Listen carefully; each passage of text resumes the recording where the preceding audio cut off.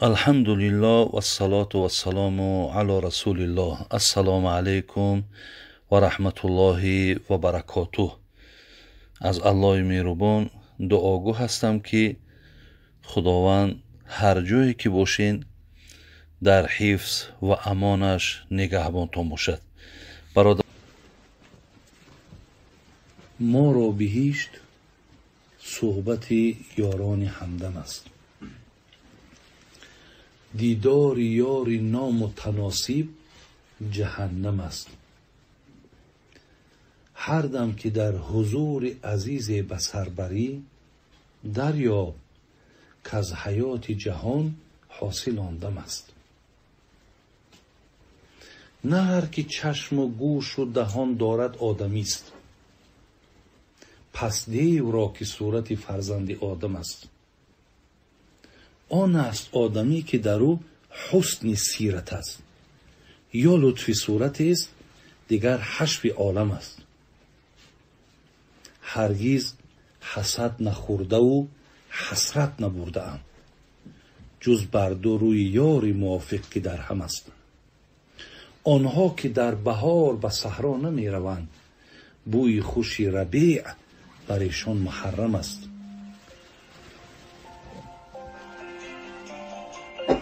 وان سنگ دل که دیده بدوزد ز روی خوب، پندش مده که جهل در اون نیک محکم است. آرام نیست در همه عالم به اتفاق، گر هست در مجاورت یاری محرم است.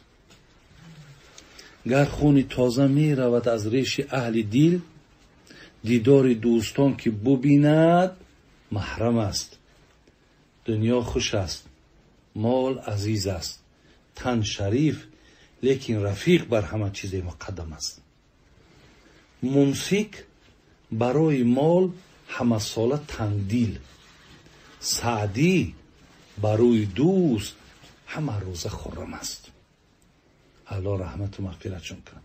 برادرها به یگان محبت، اگر حاضر همین مصرهایی که من خوندم، اگر همین را یک وظیفه برای بگذارین شخصا منده، اگر بتانم بگم بالای همین یک کتاب نویسوندن در کار، باور کنین یک کتابی بیاد برجسته میشه. خب میگه ما را بهشت صحبت یاران همدم است، دیدار یاری نامتناسب جهنم است. حضرت همین محفلی که خدمتشتگیم بسیار دوست می داشته.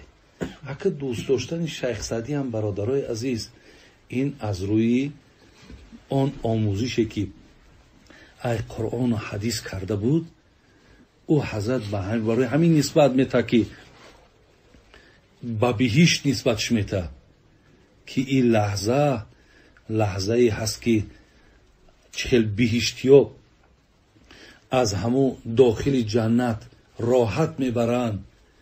بسیار برای اونها فارمه، بسیار برای اونها خیره. خب حضرت میگو که در دنیا همین محفل خب یکی از همون راحت های داخل جنت های. ولی میگفت که اگر در دنیا در دوزخ انسان ناراحت های، دنیا در همین اگر آدمی نامتناسب دیدنم مثل همون دوزخ های. بعد ادامش چی میگه؟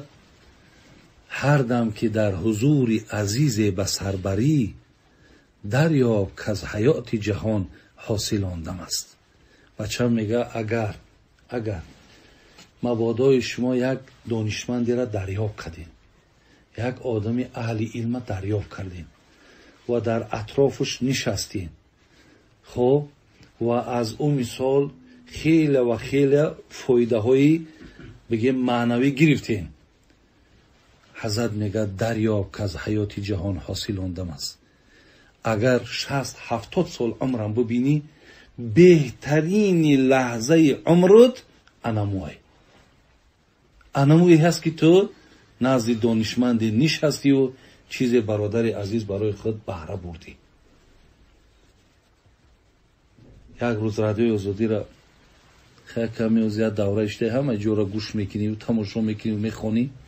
من اصلا خودم بسیار هر هفته اینا همین گازیتا ها را و خیلی اخبار ها را همه را پیگیری میکنم، نگاه میکنم. همین وقتش همین چیزها قطعی داشتیم سر کار، همین میخوام معلومات زیاد داشته باشم. یک روز همتری از رادیو آزادی در شهر دوشنبه در کوچه ها هر کسی را میگفتن که چند ساله ای، میگفت 30 ساله ام، بهترینی لحظه حیاتت کی بود؟ یک چیزا میگن به خدا قسم خنداوره. بهترینی از حیاتش یک چیزا هست که خنده آوره. برادر عزیز، نخو بهترینی از روز حیاتی تو به یک چیزهای نسبت بدی که تماما از دایره حیا هم انسانگری هم بیرون باشه. عزیزای خدا میگن یک لحظه نشستن با یک دانشمند بهترین لحظه حیاتی شماه. ولی یک برادر خدا خیرش دیا در همین چمپیونات رفته اشتراک کرده. در این چمپیونات اشتراک کرده، قطعی یک فوتبالیست همون یا همون میسی شه یا رونالدو ایکونش قطعی سلام که امکانیت یفته آدم مونده چیریز که بیچاره مهنت که با قدرت رو ده مرکه شیشتیم با درجه خرسان ده تمام دیگه. این گویا که تمام، یعنی همون چیزی که برای این لازم بود همون را یفتک، حالی نمیدانه که ای سلامی او برای تو چی منفعته، چی برای خودش همین چیزه یکی از چیزهای بسیار محترم میشمارده، حالان که برای ما چیزهای عزیز محترم بسیاره. در دوامش برادر عزیز و گرامی شیخ سعدی را بینیم بسیار یک چیز زیبا میگه هرگیز حسد نبرده و حسرت نخورده. عجیب برادران، دو خصلت بسیار رذیله بگیم، خصلت های خیر نیست. یکی حسد خوردن، یکی حسرت بردن. میفهمی نه؟ حسد چیه؟ حسرت چیه؟ حسرت نمیه کرک تون برار نگیره، انا حسرتی میشین. انا یا یگون چیزی دستون براوه حسرت میخرین که همین چیز در ما بودو مقصد رفت. حسد یک همون شاخه بخل بخیلیه که اکثرا امروز در مردم ما و شما بسیار ریشه دوندگی است. حسد بسیار میبریم، هر یک نفری به یک نفری از یک جهت حسد داره. شیخ سعدی میگه من هرگز همین دو چیز الحمدلله که خالی بودم، هرگز حسد نخورده و حسرت نبردم جز بر دو یار موافق که در هم است. یکی یک لحظه هم حسرت بردم هم حسرت کردم. گفتن کدام لحظه بود؟ گفت وقتی که درک یافتم که در خانه حاجی مراد علی یک محفل بوده است، در اونجا صحبت بوده است، در اونجا مقصد گفتگوی از نام خدا پیغمبر بوده است. همون را وقتی شنیدم من اشتراک نکردم، حسرت بردم که چرا اشتراک نکردم، حسد بردم به این نفرهایی که در همون محفل بودن، با یا حسد بردم که یا بودن و من نبودم، و حسرت برای اشتراک نکردن بردم. حالی ما در برادر عزیز دیدیم که چقدر ما از همین معنویات از فرهنگ دور شیم برادر عزیز، همون قدر همین محفل برای ما منفور می شود. دیگر ما در خیلی محفل ها جالب نیست. مقصد نوز ما درک بیام که در همین خانه یک داملا آمده است، خب در همین جا هم که باشم دعوت ما که کنن، خیلی مقصد میرم چیکار میکنن در همجا، چیه همجا، چی منفیت های مقصد برای او. لیکن نمیدانیم برادرای عزیز که این محفل ما را بسیار منفعتش بلنده. ببین جلال الدین رومی کم آدمه روی دنیا، مقصد افسوس میخورن این خیلی آدمایی که مثل جلال الدین رومی و مثل شیخ ابو علی ابن سینا و مثل بگیم عبدالقادر بیدیل و مثل عمر خیامی را که پوتین گرفت کتابش با آب طلا نویسان. خب اینها را کی داره؟ این مالی ما بدن برادرای عزیز. لیکن ببین مولانا جلال الدین رومی چی میگه؟ میگه نار خندان باغ را خندان کند، صحبت مردانت از مردان کند، همنشین اهل معنی باش تا هم عطا یابی و هم گردی فتا. چقدر برادرای عزیز پیرهای معنوی بدن، چی پدرهای خوبه بدن برادرها که ما را ای گپ بین نار خندان باغ را خندان کند. چلی که در باغ انار بدروین، انارها برادرها وقتی که کشاده باشن، وقتی کفیده باشن، همین میبینی لذت میبری. میگه نار خندان باغ را خندان کند، صحبت مردانت از مردان کند. ها مقصد صحبت مردها. و بابای مولا شریف یکی استادای ما بود، خدا رحمتش کنه، میگو مردان خدا خدا نباشند لیکن زی خدا جدا نباشند. در صحبت اونها نشستن مقصد بسیار فیضه، بسیار خیره، بسیار برکته. همنشین اهل معنی باش تا رومی ما را نصیحت داره بچم اهل دانش که یافتی قطیشون بشی. برای چی؟ هم عطا یابی و هم گردی فتا. بچم عطا میابی، مقصد بسیار ذهنت ذکی میشوه، فهمت کامل میشوه، بسیار در تو معلومات های زیاد پیدا میشوه، دنیا و آخرتت قطعی بسیار تو شناسایی پیدا میکنی. مقصد در صحبت دانشمندو از هر بابای بسیار اینقدر دانشمندایی که ما را نصیحت میکنن پدرها و مادرامون ایرا کردن نمیتونن. بچم بره هم عطا یابی و هم گردی فتا. فتا مرد میگن، هم جوان مرد میشه، هم بچم مقصد عطا میابی، برکت خیری زیاد میابی. من به خدای مهربان قسم برادرای عزیز، من از روی معلوماتایی که از کتاب میگم، من از عقل خودم نه، از فهمیش من هیچ یگان عقل فهمیش من هیچ یگان پشتی ناخون واریم نیست، فقط معلوماتای کتابیه که دارم. اگر همین روز فرزندای ما، خود دخترای ما، خود بچکای ما از همین معلوماتای دینی آگاهی داشته باشن، باور کن این خیلی در مجله نمیبره که در یک شب ریده 6000 زنی بیرهه را بقپن. در یک ماه 6000 زنی بیرهه در یک ماه دایا رید غلطیده.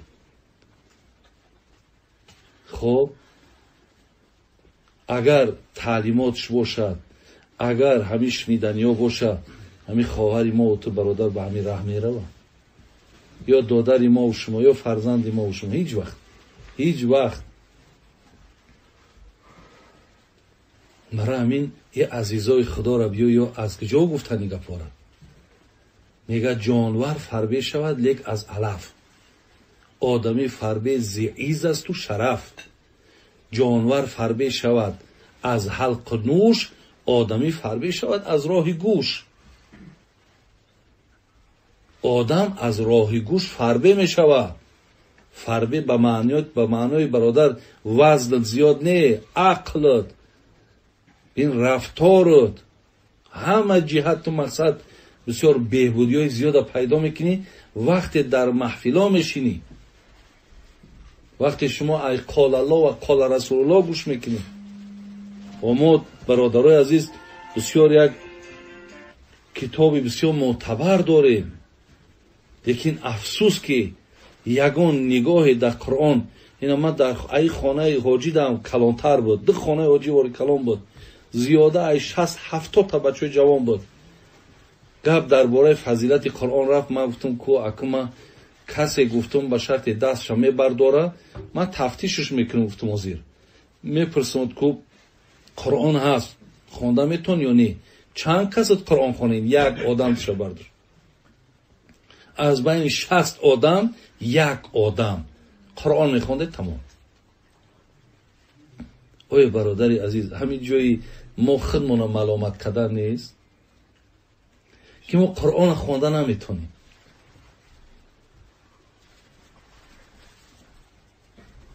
حالا که اگر با معناشا بدانیم، با قدرت الهی اما انیسی کنج تنهایی کتاب است، اگر قرآن برادر تو خونده بتونی، از معنا و تفسیرش اگر آگاهی داشته باشی، با 3 ساعت 4 ساعت سر تایبالاش برداشته نمیتونی. لیکن انا همین بعضی کمبودی ها و لغزش ها و بدبختی هامون برادرای عزیز، این از خود ما هم هست، از خودمون هم هست که تماما برادری از فقط همین بنام ها فلانی باغ داری چی داری؟ گفته ها دارم. همون کلشیدگی.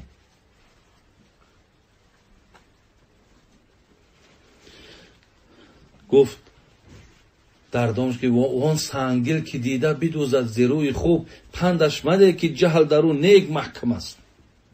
بچه هم دیدی که یک آدمی که همین نام خدا را گرفتی نمیفورش، یا در محفل مثال یک کس میاد که همین امر معروف سر میشود دیگه نمی به طاقت های ما چخیل ای ایجا ببرم چخیلی کنم. مقصد سنگدیل ای میگه اگر همین خیل نفرها دا که اگر بینشون دا آمدی، بچم ای خدا و رسول صحبت نکو که قرآن و سخن پیامبر در اونجا ضایع میشود. گفتی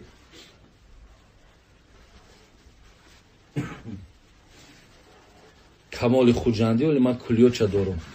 میگه پیش نااهلان چی حاصل؟ ذکر پردانی کمال، دانه گوهر چی ریزی مرغ ارزن خار را. ای مردک میگه ای بابای شانی داملای شیخی کسی هستی، پیش نااهلان چی حاصل؟ ذکر پردانی کمال. چی با پیش اینها دا سخنی خدا را گفتی؟ دانه گوهر چی ریزی مرغ ارزن خار را، یا مرغای ارزن خرن یا را چی با گوهر پرتافتی پیشونده؟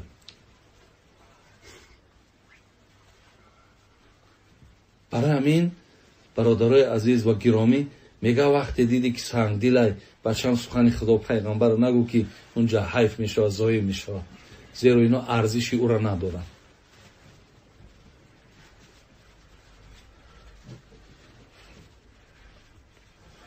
بعد میگه آرام نیست در همه عالم به اتفاق، گر هست در مجاورت یاری محرم است. همین آدمایی که میگه سنگ دیلم بچم اهمیت بده، آرامیش ندارن. نعمت آرامی دریا نیست. میگه اگر آرامم باشن، مثل خودش اگر نفری را بیابه با همراهی همون آرامه دیگه، غیر اونها قطعی میگه آرام نیست. زیرا آرامی هم خودش نعمت. گر خونی تازه می رود از ریش اهل دین، دیدار دوستان که ببیند محرم است. میگه اصلا همین عالما و دانشمندا برادرها همیشه خون میریزونن، خون میخورن، جگر آب میکنن. یکی وقت دیدار دوستا را که ببینن، خب برای اونها گویا که همون دواشون یافتن، دوای همون جگری سوخته را یافتن، دوای همون خونی ریخته را یافتن. وقتی گوش کننده شم یافت، وقتی گوش کننده را که یافت، او دوا را یافت. دنیا خوش است، مال عزیز است، تن شریف، لیکن رفیق بر همه چیز مقدم است. بعد حضرت در اخیر میگه که ممسک برای مال همه ساله تندیل، سعدی برای دوست همه روزه خورم است. آدمی که ممسک باشه، آدمی که بخیل باشه، پول داره و مرده ای، ممسک ای، بیچاره خانه و یگون کس نمیدرویه، از نان و آب دسترخوان و کسی چیزی خورده نمیتونه. یورا میگن ممسک. یورا با ایده سخت چه میگن؟ میگن بسیار موسرای تو موسر شا میگن. ببین آدمی بخیله، آدمی مثال بگیم همه کسی که از مال او کسی بهره برده نمیتونه، خب ممسکش میگن، این بسیار بخیله میگن. این بیچاره دایم میگه تنگ دیلای، همین دایم بیچاره هش گوشش در همون مال و ملکش که هست. خب ای چی میشیده باشه، ای چی خیل میشیده باشه، یک که کورس نغلطه، یک که فلان نشوه گفته، هش گوشش همون دای میگه. لیکن برادرای عزیز، این موسیقی هم برای ما بسیار ضرر داره، این بسیار ضرر هم داره، بسیار خطر هم داره، بسیار خطر داره. شیخ سعدی میگو با دنیا توانی عقبا خری، بخر جانی عزیز ورنه حسرت خوری. بچه میتونی که همین دنیا دا با همین خیرت احسانات خوابی رو بی یک محفیلی هست که شکمامون هم سیر کردیم، خدا برکت چون تیا هم با منفعت های بگیم شنیدنی هم گرفتیم. ما اعتقادمون هم، عقیدمون هم، دینمون هم ثوابی همی هم بر زندمون هم بر مردمون تأثیرش میرسه. ما حدیث های از پیغمبرمون داریم که همین ایوازی همیده خدای مهربان سه چیز میده: گناه تا مغفرت میکنه، ببینین در ایوازش مالت میده، خب و عمرت زیاد میکنه. در ایواز نمی خیری که ما کردیم. ولی من یک شهری اوفاده یک سال پیشترک رفته بودم، با یک آدمی بسیار بوی کلام بوده است، بسیار همون نمر یکش بوده است، اکم بویورا تاجیک بوده است، یک تاجیک کرگیز در کرگیستان گرجدان است و کرگیستان. بعد همون چنا او ماشینایی که او های میکرده است هیچ کنه داشته است، ما خیلی نمیفهمیدیم. ماشین در سوار کرده، آدمی بدولت بوده است. گو حاجی بابا ما شما را بسیار گوش میکنیم، من یک سوال دارم از شما. من چی سواله؟ گفت چیکار کنم که عمرم درست شود؟ خیلی پولدار که هست، همین زیادتر باشه مقصد خیلی بود، همین مهنت های کدگیم کمترک بخیر مقصد راحت کنم، همین چیکار کنم عمرم زیاد شود؟ من گفتم ایرا سیکریتش در همین قرآن و حدیث فقط به همین اومده است که همین دستی محتاجا را بگی. ای پولت برادری عزیز اگر 100 سومی یافتگی شد، 80 سومش هم پشت در پرستی، 20 سومش برای کمبغل بیچاره جدا کن. انشاءالله وعده خدا و پیغمبر است، عمرت زیاد میشه برادر عزیز. برای همین ما در حدیث خونده میگه این صدقه تزید فی العمر، همین صدقه عمرت زیاد میکنه. تمنع میتت سوء، پیغمبر میگه که خدا گفته است که کسی سخی باشه نمیگذارمش که به نام بد دنیا را پدرود بگه. همین خیلی جانش هم میگیرم، در جای جانش هم میگیرم که مردم بگه ای کاش که مثل فلانی خدا جان منو بگیره. تصور کن ممکن در خانه کعبه جان تا بگیره، ممکن در درون مسجد جان تا بگیره، ممکن گفتی او روز یک جنازه دا بدیم، گفت که در مقصد رکوع بود، در رکوع بود که غلطید برداشتنش که جانش برآمده. خب ببین چقدر یک عجیب. این خدای مهربان اکا همین خیلی من یعنی جانشم میگیرم، آبرو میگیرم جانشم. آدمی سخیره دیگه یذهب الله بها الکبر و الفخر. آدمی سخیره همین خصلت رذیله کبر نمیمانم که در وجودش باشه، همین کبر قطعی فخر ای وجودش میگیرم. خب بسیاری آدمایی هست که دویم سخاوت میکنن، بعد ممکن که یکون فخر کنن، یکون تکبری کنن که مردم من نانی مرا میخرم میره مقصد. خدا گفت همون خصلتاش هم میگیرم تا که در همین آدم سخی همین چیزا را ره نمیتم. و دیگر گفت تطفئ غضب ربی، غضب ما در بالاش همیشه از بالاش دور میکنم، هیچ وقت را در غضب نمیگیرم. ولی گپ در اینجا درباره زنک رفت، یک اول ابتدا حدیث داریم از پیغمبر میگه اذا کان امراؤکم خیارکم، اگر پادشاهاتون خیرخواه باشن، در حق مردمش دائم زحمت بکشن، مهنت کنن، غم ملت چه بخوره. دو اغنیاءکم سمحاءکم، بایهاتان سخی باشه. و شرطا را بینین، پادشاهتان خیرخواهتان باشن، بایهاتان سخی باشه.